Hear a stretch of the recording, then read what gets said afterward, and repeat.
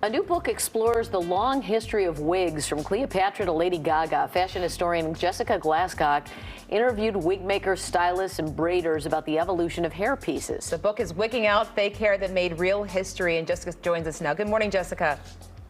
Good morning. I'm curious about the original intention of wigs. This goes back, to Cleopatra. Just what was the original intention? And was it for women or was it for men or both?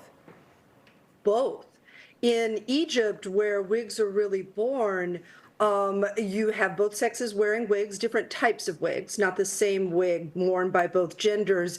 And it was for both religious expression, but also for beauty and wellness. It was sort of the birth of that kind of culture is in Egypt, and wigs are a huge part of that. We think about famous figures over the years that are associated with wigs. We think of the first Queen Elizabeth, Louis XIV, and we even to this day, those big powdered wigs that we see. Talk about how all that manifested.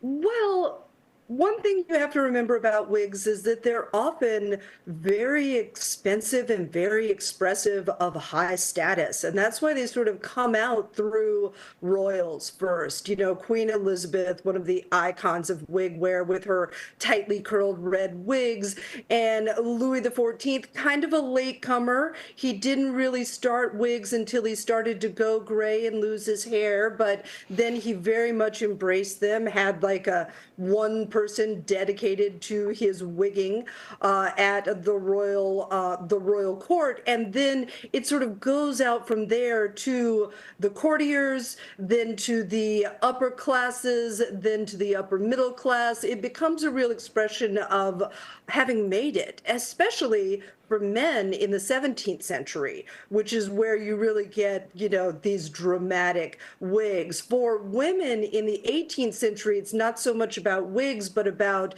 extensions and false curls and hair help, if you will. And then that feeds a beautiful visual culture. It's also an art book. And so you have all these incredible portraits that then inspire contemporary fashion in the 20th and the 21st century to embrace wigs. When you look at African-American culture, you look at Ebony and Jet in the 60s, it was, ads for chemical relaxers and wigs. By the 70s, all of that kind of was pushed out of the door for more natural looks. What was the resurgence with wigs and extensions in African-American culture later on, and why?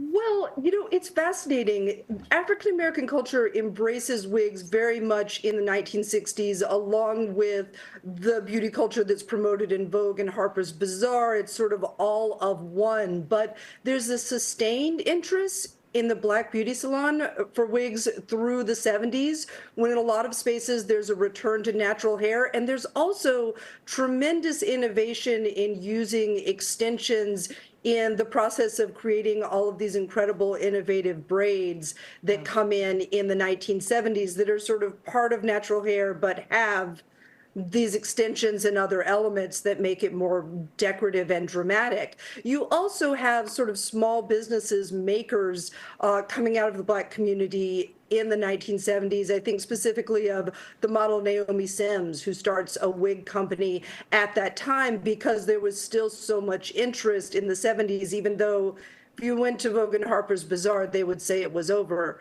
But that really sustains wig manufacture and innovation until they start to come back into high fashion on the runway in the 80s. Well, the book is Wigging Out Fake Hair That Made Real History. And for more, you can follow Goth Leisure on Instagram. Thanks for being with us. Thank you so much for having me.